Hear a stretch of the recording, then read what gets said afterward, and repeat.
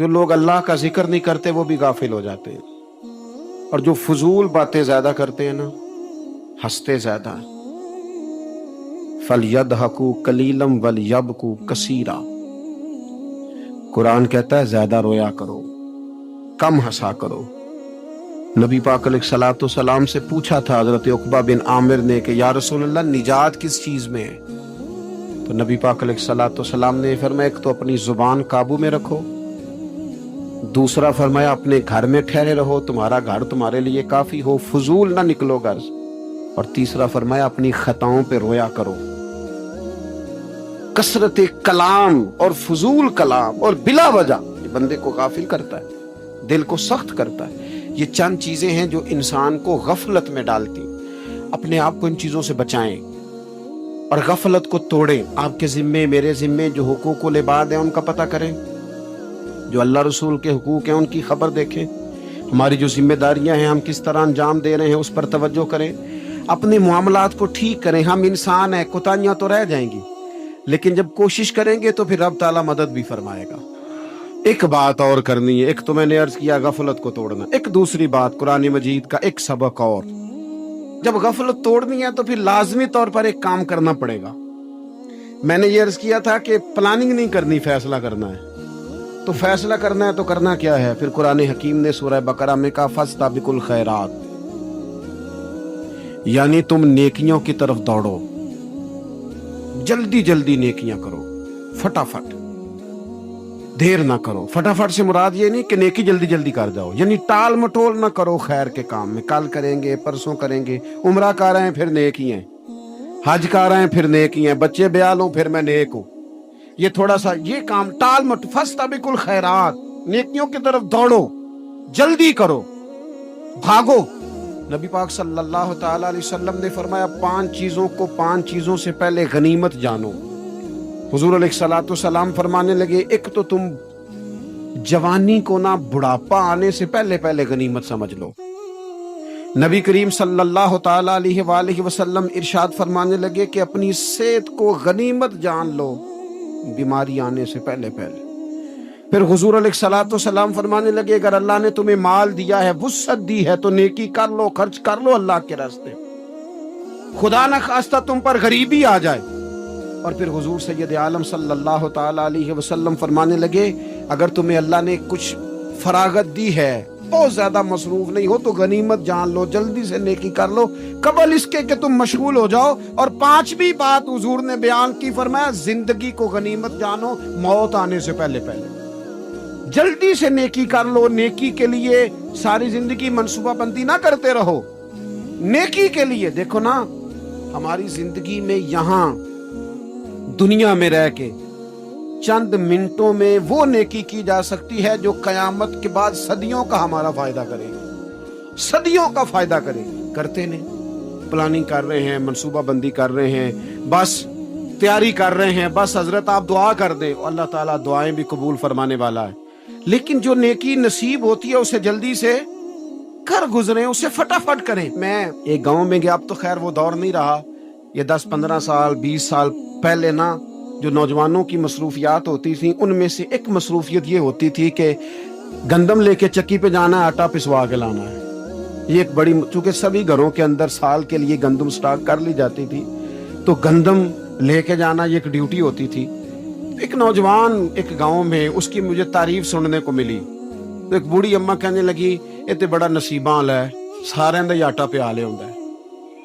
اور آتے جاتے پوچھ لیتا ہے کہ اماں کوئی، کہنے لگی میرے بچے باہر ہوتے ہیں، یہ مجھے دوائی بھی لا دیتا ہے شوگر کی، میں مریضہ ہوں۔ یعنی خیر جتنی ہو سکے، جتنی۔ میرے ایک سنگی ہیں، تو سڑک پہ کوئی بندہ کھڑا ہوتا ہے نا، اللہ تعالیٰ انہیں سلامت رکھے، بندہ کھڑا ہوتا ہے تو کہتے ہیں میں اس سے پوچھ لیتا ہوں بابا جی کدھر جانا ہے، فلانی جگہ جانا ہے، تو کہتے ہیں میں موٹر سائیکل پہ بٹھا لیتا ہوں۔ بندہ دیکھ کے مجھے سمجھ آ جاتی ہے ضرورت مند ہے، کوئی چور نہیں، کوئی ڈاکو نہیں، ضرورت مند ہے، میں اسے منزل تک، نیکی جتنی میسر آئے، جس حد تک میسر آئے۔ کیا کہا ہمارے نبی پاک علیہ السلام نے؟ حضور نے ہم سے فرمایا کچھ نہ ہو سکے تو بات ہی مسکرا کے کر لینا، اس پر ہی اللہ صدقے کا ثواب عطا کر دے۔ فاستبقوا الخیرات، جلدی سے نیکی کر لو، اپنے نامہ اعمال میں روز نیکیاں جمع کرو، کوئی نہ کوئی خیر کا کام روز کرو۔ اور جلدی سے کرو. صحیح مسلم میں حدیث ہے، نبی پاک صلی اللہ تعالی علیہ وسلم فرمانے لگے جلدی جلدی نیکی کے کام کر لو ان فتنوں سے پہلے جو اندھیری رات کے حصوں کی طرح فتنے ہوں گے. فرمایا اس وقت حال یہ ہوگا کہ آدمی صبح مومن ہوگا، شام کو کافر ہو جائے گا، شام کو مومن ہوگا تو صبح کافر ہو جائے گا. اور فرمایا لوگ دنیا کے بدلے اپنا دین تک بیچ ڈالیں گے. معاذ اللہ جھوٹی قسمیں نہیں کھائی جاتی، جھوٹا قرآن مجید نہیں لوگ اٹھا لے. لوگ دنیا کے لیے دین بیچ ڈالیں گے. اس سے پہلے جب فتنے اتنے زیادہ ہو جائیں، اس سے پہلے نیکی کر لو، کوئی خیر کا کام کر لو، جلدی سے کچھ ایسا کر لو. حضرت عقبہ بن حارث رضی اللہ تعالیٰ عنہ فرماتے ہیں یہ دیکھیں ہمارے نبی پاک علیہ السلام کی سیرت کیا ہے، حضور کا اسوہ کیا ہے، نبی پاک علیہ السلام ہماری تربیت کس طرح کرتے. حضرت عقبہ بن حارث رضی اللہ تعالیٰ عنہ کہتے ہیں ہم نے نبی پاک علیہ السلام کے ساتھ نہ عصر کی نماز پڑھی، یہ صحیح بخاری میں موجود ہے. فرماتے حضور سلام پھیرتے ہی فوراً اٹھ کے گھر تشریف لے گئے. یہ ہمارے لیے نا انوکھی بات تھی، غیر متوقع تھی، پہلے کبھی ایسا ہوا نہیں. سلام پھیرا نماز کا، حضور جلدی سے تشریف لے گئے. اب ہم حیران تھے اور حیرت انگیز طور پر حیران تھے کہ کریم اتنی جلدی تشریف لے گئے. تھوڑی دیر ہوئی حضور واپس آ گئے تو محبوب پاک علیہ السلام فرمانے لگے گھر میں نا ایک چھوٹی سی ڈلی، ایک چھوٹا سا ٹکڑا سونے کا پڑا تھا، مال آیا تھا سارا صدقہ کر دیا، وہ تھوڑا سا پڑا تھا، اچانک مجھے یاد آیا وہ تو پڑا رہ گیا. تو حضور فرمانے لگے میں نے کہا کہیں ایسا نہ ہو جائے کہ ساری رات گزر جائے اور میرے گھر میں پڑا ہی رہ جائے، میں جلدی سے جا کے اسے خیرات کر دوں. میں نے خیرات کیا پھر میں واپس آ گیا ہوں. جلدی سے نیکی، جلدی سے نیکی کر لی جائے. ہم بڑا انتظار کر رہے ہیں، بڑا لمبا ہمارا پروگرام ہے، ہمارے پاس ٹائم ہی بڑا ہے. کسی نے کان میں کہہ دیا ہے تیرے پاس بڑا وقت ہے، ابھی تو بڑی عمر پڑی ہے، ابھی تو جناب او میرے بھائی یہ لوگوں کے کہنے کی باتیں ہیں.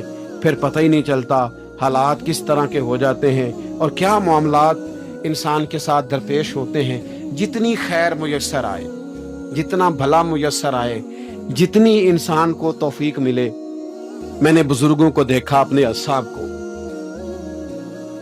پہلے وہ خدام سے کہتے کہ میں سونے لگا ہوں اور پابند کرتے لوگوں کو کہ فلاں وقت، بزرگوں کو میں نے دیکھا اپنے، وہ پابند کرتے لوگوں کو کہ فلاں وقت میں موجود ہوں گا آنا، خود پابند فرماتے. اور پھر جب بیدار ہوتے نا تو سب سے پہلے خدام کو بلا کے پوچھتے کوئی مہمان تو نہیں آیا؟ وہ جناب آپ نے خود ہی تو پابند فرمایا فلاں دن آنا. کہنے لگے چل یار اگر کوئی آیا تو مجھے ملا لو، میری ملاقات کرا لو. کیوں؟ اس لیے کہ دور سے آیا ہے، مجھ سے ملنے آیا ہے، کوئی خیر کی بات سیکھنے آیا، چلو میرے نام اعمال میں کو نیکی جائے گی. کچھ نہ کچھ خیر جمع کر لی جائے، کچھ نہ کچھ ڈیوٹی کر لی جائے، کچھ کام کریں اور جلدی سے کریں. حضرت جابر ابن عبداللہ انصاری رضی اللہ تعالیٰ عنہ بیان کرتے ہیں، یہ بھی بخاری میں موجود ہے. کہتے ہیں ایک صحابی نا نبی پاک علیہ السلام کی بارگاہ میں حاضر ہوئے غزوہ احد کے موقع پر، اور حال ان کا یہ تھا کہ وہ کھجور کھا رہے تھے اور کھجور انہوں نے منہ میں رکھی ہوئی تھی. حضور کی بارگاہ میں حاضر ہوئے اور عرض کرنے لگے یا رسول اللہ صلی اللہ تعالی علیہ وسلم اگر میں شہید کر دیا جاؤں تو کہاں جاؤں گا؟ حضور فرمانے لگے جنت میں. تو کہتے انہوں نے جو کھجور منہ کے اندر تھی نا وہ انہوں نے نگلی نہیں، اندر نہیں لے گئے، اس کو باہر نکالا اور دوڑ کے آگے بڑھے اور جنگ کرنی شروع کر دی اور لڑتے لڑتے شہید ہو گئے. کیا سبق دیا انہوں نے؟ سبق یہ دیا کہ نیکی کرنے میں اتنی دیر بھی نہیں کرنی جتنی کھجور کھانے میں دیر لگتی ہے. جلدی سے نیکی کرنی ہے، فٹافٹ نیکی کرنی، اس کے اندر ٹال مٹول نہیں کرنا. اسی وقت انہوں نے کھجور باہر نکال دی دوڑ کے. انہوں نے حضرت انس بن نضر رضی اللہ تعالیٰ عنہ، حضرت انس بن مالک رضی اللہ تعالیٰ عنہ کے چچا ہیں، میدان احد میں نا احد پہاڑ کے قریب کھڑے تھے، لوگوں سے کہہ رہے تھے جلدی جلدی ادھر آؤ. وہ جنت جو انسان کو انتقال کے بعد نصیب ہوگی اور قیامت کے بعد نصیب ہوگی، فرماتے تھے مجھے تو ابھی احد پہاڑ کے اندر سے جنت کی خوشبو آ بھی رہی ہے، لہذا جلدی سے آؤ، ادھر دوڑو، جہاد کرو، آؤ کفار سے لڑیں. تو نیکی میں دیر نہیں کرنی. جو نیکی میسر آتی ہے جس جس کو میسر، ماں باپ میسر ہیں تو خدمت کر لیں، اہل خانہ ہیں تو حسن سلوک کر لیں، اللہ نے اولاد دی ہے تو اچھی تربیت کر لیں، دوست ہیں تو خیر خائی کر لیں، اگر آپ کو اللہ رمضان عطا کرتا ہے تو زیادہ سے زیادہ اس کی عبادت کر لیں، اگر نظر ٹھیک ہے تو تلاوت زیادہ سے زیادہ کر لیں، زبان چلتی ہے تو رج رج کے مدینے والے محبوب پہ درود و سلام پڑھ لیں، اللہ تعالیٰ کا ذکر کر لیں، جلدی سے خیر جمع کریں، اپنے وقت کو ضائع نہ کریں۔ یہ آج کا سبق ہے۔ ایک تو ہم نے فیصلہ کرنا ہے کہ بس غفلت نہیں، اب غفلت اب انشاءاللہ اللہ اللہ کرنی ہے، اب کوئی خیر کا کام کرنا ہے۔ میرے حضرت کا ایک جملہ کبھی نہیں بھولنا، فرمایا کرتے تھے زمین کے اوپر کام، نیچے جا کے آرام۔ یہ چھوڑ دیں اتنے گھنٹے سونا ہے تو یہ کرنا ہے تو میری نیند میں دخل کوئی نہ ڈالے، پھر سوتے ہی رہ جائیں گے، سوتے ہی رہ جائیں۔ زمین کے اوپر کام اور نیچے جا کے جاگنا ہے، جاگ لے افلاک کے سائے تلے، پھر حشر تک سوتا رہے گا خاک کے سائے تلے۔ اب جاگ لے افلاک کے سائے کے نیچے، جاگ، کھول آنکھیں، ہر وقت کا سونا، ہر وقت سونا، ہر وقت جو اپنے آرام کی فکر کرنا اس سے نکل آئیں، اور اچھا کھانا اور اچھا پہننا اور بس اپنی مرضی کی زندگی من چاہی جینا، اس سے باہر آئیں۔ فیصلہ کریں، فیصلہ کہ اب غفلت نہیں کرنی۔ اگر اللہ نے کوئی صلاحیت دی ہے تو اسے دین کے کام پہ لگانا، کوئی ڈیوٹی کرنی ہے، کوئی خدمت کرنی ہے۔ دیکھو خدمتیں ہو رہی ہیں، صدیق اکبر مال دے رہے ہیں، عثمان غنی مال دے رہے ہیں، مولا علی نے تلوار پکڑی ہے، میدان میں جا رہے ہیں، فاروق اعظم گلی گلی نگر نگر رسول اللہ کے دین کی پہرے داری کر رہے ہیں، حضرت جناب سیدنا سلمان فارسی ابو ذر غفاری حضور کی مسجد میں جھاڑو دے رہے ہیں، اور بلال حبشی وہ نبی پاک کی مسجد میں اذان پڑھتے پڑھتے رب نے اتنا عروج فرمایا کہ کعبے کی چھت پہ کھڑے ہو کے بھی اذان پڑھنی تھی، انہوں نے اذان دے دی۔ کوئی کام کرنا ہے، غفلت کو توڑنا ہے اور نیکی کرنی ہے، ذرا جلدی جلدی خیر کا کام کرنا ہے، نہیں ایسے نہیں، فٹافٹ۔ کیسے جی؟ فٹافٹ۔ تو فٹافٹ کام کریں خیر کا، جلدی جلدی۔ تو یہ خیر کا کام فٹافٹ، جلدی جلدی اور بڑی جلدی اور دوڑ دھوپ کے، اور جب آپ کرتے جائیں گے نا تو پھر اللہ تعالیٰ مواقع بناتا جائے گا۔ آپ سے میری اپیل ہے، بالخصوص میرے ساتھ جو وابستہ سنگی ہیں، جو پیار کرنے والے ہیں، دو باتیں آج آپ نے لے کے جانی ہیں گھر۔ یہی لنگر ہے، یہی آپ کے لیے دعا ہے، یہی ہمارے بزرگوں کا فیض ہے، یہی نصیحت ہے کہ آپ نے دو باتیں لے کے جانی ہے۔ غفلت توڑ دینی ہے، فیصلہ کرنا ہے کہ آج کے بعد غافل نہیں ہونا، اور دوسری یہ بات لے کے جانی ہے کہ نیکی جلدی جلدی، فٹافٹ فیصلہ، فٹافٹ نیکی، ایک کر کے پھر انشاءاللہ دوسری۔ نظم و ضبط پیدا کریں، کسی چیز کو بے ترتیب نہ کریں، کوئی کام بھی بے ڈھنگا نہ ہو۔ نبی اکرم صلی اللہ تعالی علیہ وسلم کی مجلس مبارک میں جب کوئی شخص آتا تھا نا تو حضرت ابو بکر صدیق اسے سائڈ پہ لے جاتے تو کہتے تھے تمہیں پتہ ہے اللہ کا قرآن کہتا ہے حضور کے سامنے آواز اونچی نہیں کرنی۔ اسے پہلے آداب مجلس سکھاتے تھے، نظم و ضبط سکھاتے تھے، حضور کی بارگاہ میں حاضری کا طریقہ سکھاتے تھے، پھر نبی پاک صلی اللہ تعالی علیہ وسلم کی بارگاہ میں پیش کرتے تھے۔ ہمارے بے صبرے ہو جانے کی بڑی وجہ بھی یہ ہے کہ نظم و ضبط نہیں، ہمارے جلد باز ہو جانے کی وجہ یہ ہے کہ نظم و ضبط نہیں، ہماری طبیعت جو بہت زیادہ ڈسٹرب ہو جاتی ہے، ذہنی الجھاؤ پیدا ہوتا ہے، اس کی وجہ بھی یہ ہے کہ نظم و ضبط نہیں ہے۔ ہم بعض چیزوں میں اتنے زیادہ تلخ ہو جاتے ہیں، اور تلخی کی وجہ سے یہ بنتی ہے کہ مزاج میں کوئی نظم و ضبط، کسی باری کا انتظار نہیں، کوئی ٹھہراؤ نہیں، کوئی گنجائش نہیں۔ ماحول میں نظم و ضبط پیدا کریں، زندگی میں نظم و ضبط پیدا کریں، اپنے بچوں میں نظم و ضبط لائیں، اپنے اداروں کے اندر نظم و ضبط پیدا کریں، اور پھر حوصلہ رکھیں، ہمت رکھیں، تحمل مزاجی پیدا کریں۔ نبی اکرم صلی اللہ تعالی علیہ وسلم نے نا اپنے گھر میں اپنے ٹائم کو 3 حصوں میں تقسیم کیا تھا۔ ہم گھر کے اندر جاتے ہیں، اپنا ٹائم تقسیم نہیں کرتے، یہاں تو کوئی بندہ مطالبہ کرتا ہے تو ڈانٹ کے چپ کرانے کی کوشش کرتے ہیں، تھکا ہوا ہوں خبردار بات نہ کرنا۔ آپ نے چپ کرا دیا، چپ کرانے سے بغاوت پیدا ہوتی ہے، نفرت جنم لیتی ہے۔ یہاں چپ کرا دیتے ہیں، یا اگر ہم کوئی بات کرتے ہیں تو وہ کوشش کرتے ہیں کہ اس وقت جان چھوٹے، یہ دن گزرے کل دیکھیں گے. اس سے کیا ہوتا ہے، اس سے جو شخص آپ کے سامنے بیٹھا ہے اس کی امید ٹوٹتی ہے. وہ کہتا ہے یار یہ کیا معاملہ ہے. بچوں کی امیدیں ٹوٹتی ہیں، گھر والوں کی امیدیں ٹوٹتی ہیں کہ یار یہ تو جان چھڑا رہے ہیں. نبی اکرم صلی اللہ تعالی علیہ وسلم جب گھر تشریف لے جاتے تھے تو حضور اپنے وقت کو 3 حصوں میں تقسیم کرتے. ایک حصہ پورا ٹائم رسول پاک گھر والوں کو دیتے، ان کی بات سنتے.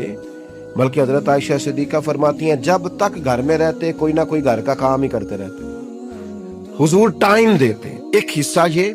دوسرا حصہ ٹائم کا نبی پاک صلی اللہ تعالی علیہ وسلم نے آرام کے لیے رکھا ہوا. حضور آرام کرتے، لیٹتے. باقاعدہ حضور علیہ الصلوۃ والسلام اپنے وجود اطہر کو بستر کے اوپر رکھتے، آرام فرماؤ، صحیح معنوں میں آرام کر. اور تیسرا حصہ نبی پاک علیہ السلام نے عبادت کے لیے رکھا ہوا. گھر والوں کا کام کاج کیا، عشاء ہوئی، آرام کیا، پھر تہجد کا ٹائم ہوا تو حضور عبادت کے لیے اٹھ کے کھڑے ہو گئے. یہ گھر کے اندر، مسجد میں نہیں. مسجد کا تو جو عبادت کا ماحول ہے نماز کا وہ الگ ہے. گھر کے اندر اس بات کو اچھی طرح سمجھ لیں کہ گھر کے اندر جب آپ جائیں، اب تو بڑوں کی شکایتیں آنے لگی ہیں، پہلے بچوں کی آتی تھی.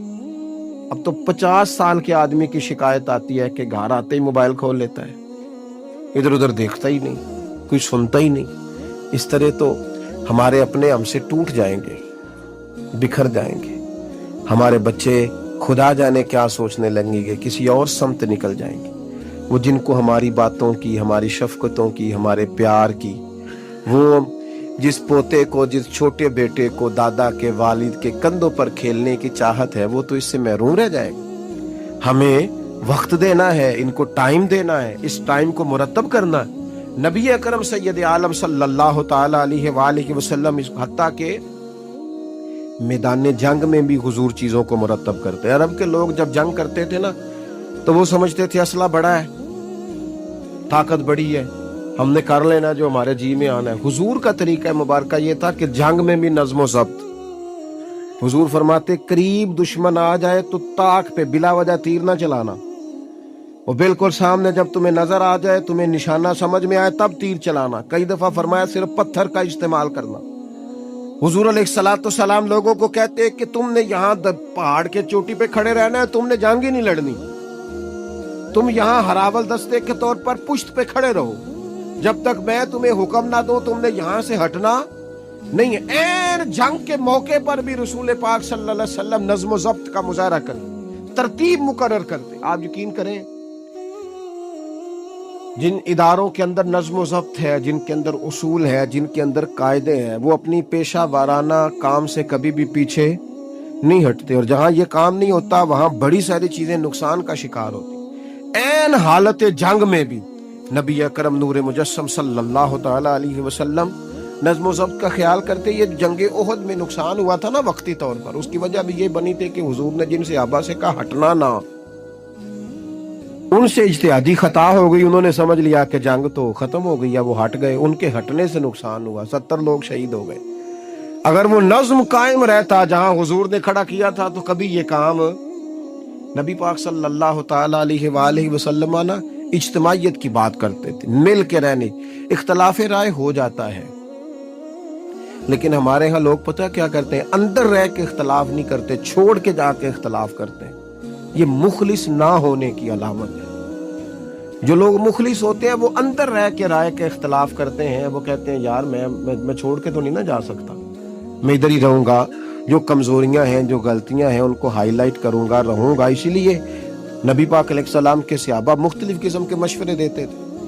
تو سرور کائنات علیہ الصلوۃ والسلام اجتماعی نظم کی بات کرتے. ایک مقام پہ حضور نے صحابہ کو دیکھا کہ چھوٹی چھوٹی ٹولیاں بنا کے الگ الگ بیٹھے ہوئے. تو نبی پاک علیہ الصلوۃ والسلام نے فرمایا یہ شیطان تمہیں الگ الگ کرتا ہے. اور فرمایا جس طرح بکریوں کا بھیڑیا ہوتا ہے، انسانوں کا بھیڑیا شیطان ہے. جب کسی کو مجمع سے الگ کر لیتا ہے، حضور فرماتے ہیں جسے بھیڑیا بکریوں سے الگ کرتا ہے نا پھر اس کا شکار کرتا ہے.